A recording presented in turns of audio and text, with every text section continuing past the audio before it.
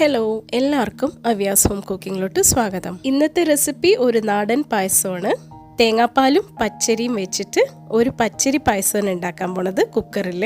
Full detail റെസിപ്പിക്ക് വേണ്ടി video skip ചെയ്യാണ്ട് ഒന്ന് കാണണേ. ഇതിന്റെ മുമ്പ് വീഡിയോ ഇഷ്ടമായാൽ ലൈക്ക് ചെയ്യാനും സബ്സ്ക്രൈബ് ചെയ്യാനും തൊട്ടടുത്തുള്ള ബെല്ലൈക്കൺ ക്ലിക്ക് ചെയ്ത് ഓൾ എന്ന ഓപ്ഷൻ പ്രസ് ചെയ്യാനും മറക്കല്ലേ. അപ്പോൾ ഒരു ഒത്തന്റിക് കേരള സ്റ്റൈൽ പച്ചരി പായസം എങ്ങനെ ഉണ്ടാക്കാൻ നോക്കിയാലോ. അപ്പോൾ പായസം ഉണ്ടാക്കാനായിട്ട് ഞാൻ 1 കപ്പ് പച്ചരിയാണ് ഉപയോഗിക്കുന്നത്. ഏത് പച്ചരി വേണമെങ്കിൽ നിങ്ങൾക്ക് ഉപയോഗിക്കാം. ഇനി ഇതിനെ ഒരു 3-4 പ്രാവശ്യം നല്ലോണം കഴുകിയെടുത്തിട്ട് വരാം കേട്ടോ. അപ്പോൾ ഇതാ പച്ചരിയൊക്കെ നല്ലപോലെ കഴുകിയിട്ട് ഞാൻ കുക്കറിലിട്ട് കൊണ്ടുവന്നിട്ടുണ്ട്.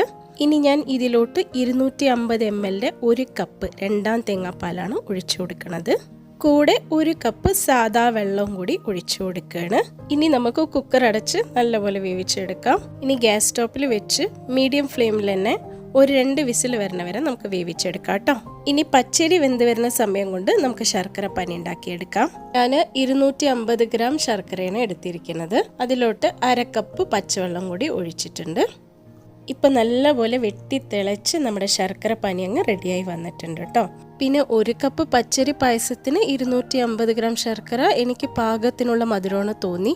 അഥവാ നിങ്ങൾക്ക് കുറവാണോ കൂടുതലാണോ തോന്നിക്കഴിഞ്ഞ് കഴിഞ്ഞാൽ അതിനനുസരിച്ച് അഡ്ജസ്റ്റ് ചെയ്യണേ. അതിൻ്റെ ഇടയിൽ കുക്കറിൽ 2 വിസിൽ വന്നപ്പോൾ ഞാൻ ഫ്ലെയിം ഓഫ് ചെയ്ത് മാറ്റി വെച്ചിട്ടുണ്ടായിരുന്നു. പ്രഷർ മൊത്തത്തിൽ പോയിന്ന് ഉറപ്പാക്കിയതിന് ശേഷം ഒന്ന് തുറന്നു നോക്കണേ. അപ്പോൾ നമ്മളുടെ ഇവിടെ പച്ചരിയൊക്കെ നല്ലപോലെ വെന്ത് വന്നിട്ടുണ്ട്. ഇനി നമ്മൾ എന്താ ചെയ്യേണ്ടത് വെച്ചാൽ ഇവിടെ ഒരുക്കി വെച്ച ശർക്കര പാനിയില്ലേ അതിലോട്ട് നമ്മൾ വേവിച്ച് വെച്ച പച്ചരിച്ചോറ് ഇട്ട് കൊടുക്കാം. ഇപ്പം നിങ്ങൾ ശർക്കര പാനിയിൽ നിറയെ അഴുക്കും മണ്ണൊക്കെ ഉണ്ടെങ്കിൽ അത് അരിച്ച് ഒഴിച്ചു കൊടുക്കണം. ഇതിൽ അഴുക്കും മണ്ണൊന്നും ഉണ്ടായിരുന്നില്ല, അതുകൊണ്ടാണ് ഞാൻ ഡയറക്റ്റ് ഇട്ട് കൊടുത്തത്. ഇനി ലോ ടു മീഡിയം ഫ്ലെയിമിലിട്ട് കണ്ടിന്യൂസ് ആയിട്ട് ഇതേപോലെ ഇളക്കിക്കൊണ്ടേ ഇരിക്കണേ. ശർക്കര പാനിയൊക്കെ ചേർത്തിയത് കൊണ്ട് അടിയിൽ പിടിക്കാനുള്ള ചാൻസ് കൂടുതലാണ്.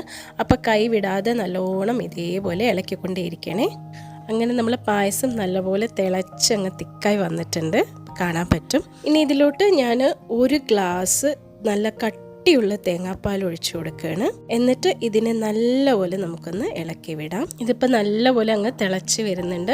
ഇങ്ങനെ തിളച്ച് വരുന്ന സമയത്ത് ഈ പച്ചരിയിലോട്ട് തേങ്ങാപ്പാലിൻ്റെയും ശർക്കര പാനിയുടെയും മധുരം ഫ്ലേവറൊക്കെ ഇറങ്ങി നല്ല ടേസ്റ്റ് ആയിരിക്കും കുടിക്കാൻ. അപ്പോൾ ഒരു ലോ ടു മീഡിയം ഫ്ലെയിമിലിട്ട് ഒരു 8 to 10 മിനിറ്റ് എന്തായാലും നല്ലപോലെ അങ്ങ് തിളപ്പിച്ചെടുക്കണേ. 10 മിനിറ്റ് തിളപ്പിച്ചതിന് ശേഷം ഇതിലോട്ട് 1/4 ടീസ്പൂൺ ഉപ്പും 1/4 ടീസ്പൂൺ ഏലക്കപ്പൊടിയും കൂടി ചേർത്ത് കൊടുക്കാം. ഇനി ഒരു 5 മിനിറ്റ് നല്ലപോലെ നമുക്കൊന്ന് മിക്സ് ചെയ്തെടുക്കാം കേട്ടോ. ഇനിയിപ്പോൾ നമ്മുടെ പായസം അങ്ങ് റെഡിയായി വന്നു കഴിഞ്ഞാൽ കേട്ടോ. ഇനിയിപ്പോൾ നല്ലപോലെ ഒന്ന് തിളച്ച് വന്നു കഴിഞ്ഞാൽ ഒരു 5 മിനിറ്റിന് ശേഷം നമുക്ക് ഫ്ലെയിം അങ്ങ് ഓഫ് ചെയ്തിടാം. നമ്മുടെ പായസം റെഡിയായി വന്നിട്ടുണ്ട്. ഇനി ഒരു കാര്യം കൂടി നമുക്ക് ചേർക്കാനുണ്ട്. അതായത് ഒരു 3 ടീസ്പൂൺ നെയ്യിൽ കുറച്ച് കശുവണ്ടിയും മുന്തിരിയും ഒന്ന് വറുത്തെടുത്തിട്ടുണ്ട്. അത് നമുക്ക് ഇതിലോട്ട് ഇട്ട് കൊടുക്കാം കേട്ടോ. ഇനി എന്നിട്ട് നല്ലപോലെ നമുക്ക് മിക്സ് ചെയ്ത് കൊടുക്കുക. അപ്പം നമ്മളെ പായസം അടിപൊളി അങ്ങ് റെഡിയായി വന്നിട്ടുണ്ട്. ഇനിയൊരു 15-20 മിനിറ്റിന് ശേഷമല്ലേ പായസം സെർവ് ചെയ്യുള്ളൂ. അപ്പോഴേക്കും ഇത് കുറച്ചും കൂടി ഒന്ന് തിക്കായി കിട്ടും. അപ്പോൾ റെസിപ്പി എല്ലാവർക്കും ഒത്തിരി ഇഷ്ടമായി എന്ന് വിശ്വസിക്കുന്നു. അപ്പോൾ ഓടിപ്പോയി ട്രൈ ചെയ്തിട്ട് നിങ്ങളുടെ അഭിപ്രായം കമൻറ്റ് ബോക്സിൽ അറിയിക്കണേ. അപ്പോൾ ഇനിയും പുതിയ റെസിപ്പിയായിട്ട് നമുക്ക് വീണ്ടും കാണാം.